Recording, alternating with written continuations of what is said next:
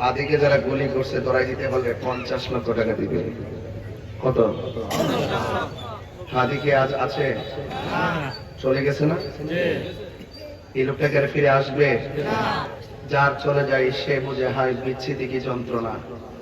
এই কথা 1 বছর আগে বলছিলাম যে আমার মসজিদের ইমাম রইসুদ্দিনকে যারা প্রকাশ্যে মারছে এদেরকে দৃষ্টান্তমূলক শাস্তি দেন। রাষ্ট্রযন্ত্র কানেই নেয় নাই। যদি ওই মসজিদের ইমামের বিচার সঠিকভাবে করত তাহলে হাদিকে গুলি করার সাহস পেত না। এক মাথায় তেল দেন আর এক মাথায় পানি দেন। এই দেশে নেতা হলে সবার জন্য হতে হবে, ঠিক না বেটি? আমরা যদি কখনো কোনো সমাজে দায়িত্ব পাই, আজকে ওয়াজের মাঠে যেভাবে আমরা বাতেল বাতেল বলে চিল্লাই, দায়িত্ব পেলে কি এভাবে কথা বলতে পারবো? দায়িত্ব যদি পেয়ে যাই, আমি হিন্দুর প্রতিনিধি, আমি খ্রিস্টানের প্রতিনিধি, আমি তাদেরও প্রতিনিধি, আমাদেরও প্রতিনিধি, আমি সবার প্রতিনিধি, তখন আমার দায়িত্ব কি? সবাইকে এক টেবিলে বসায় বলা, এই আপনারা তাকে বোঝান আর তারা আপনাকে বোঝাক, সবাই এক হয়ে যান, ইসলাম সুন্দর হয়ে যাবে। এরপর আর কোন কথা আছে? তখন ভাষা হবে আরেকটা। মিলেমিশে চলতে হবে, দেশকে সবাই মিলে সাজাতে হবে।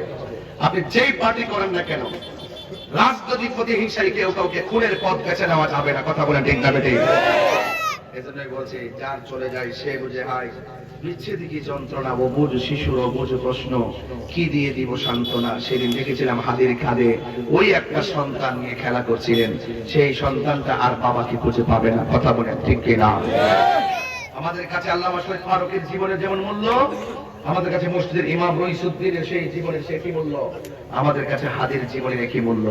লাশ নিয়ে কোন ধরনের রাজনীতি, রক্তের খেলা খেলি বন্ধ করতে হবে। কথা বলে ঠিক যাবে। আপনার সঙ্গে আমার মতাদর্শের ভিন্নতা হলে তাকে মেরে ফেলতে হবে। আপনার সঙ্গে রাজনৈতিক একটু মতামত রাজনৈতিক দূরত্ব থাকলেই তাকে মেরে ফেলতে হবে। ভাই ভাই খুনাখুনি, টাকার ছড়াছড়ি আর কারসাজি করে এই দেশকে অস্তিত্ব করে তোলা, এটা দেশের জন্য শুভনীয় লক্ষণ নয়। সেই জায়গা থেকে যদি এই দেশকে যদি শান্তিতে আপনি অর্জন করতে চান, নবীর আদর্শ দিয়ে দেশটাকে সাজাতে হবে। বুঝতে পেরেছেন আপনারা? বুঝতে পেরেছেন? আমার কথায় আপনারা রাগ করবেন না। যার অন্তরে ওলি আল্লাহর প্রেম থাকে তার দিলটা নরম থাকে। যতগুলো নাচানাচি করতেছে একটার ভিতরে আল্লাহর ওলির মহব্বত নাই। রাই চাইলে বাজারও বাঁধত।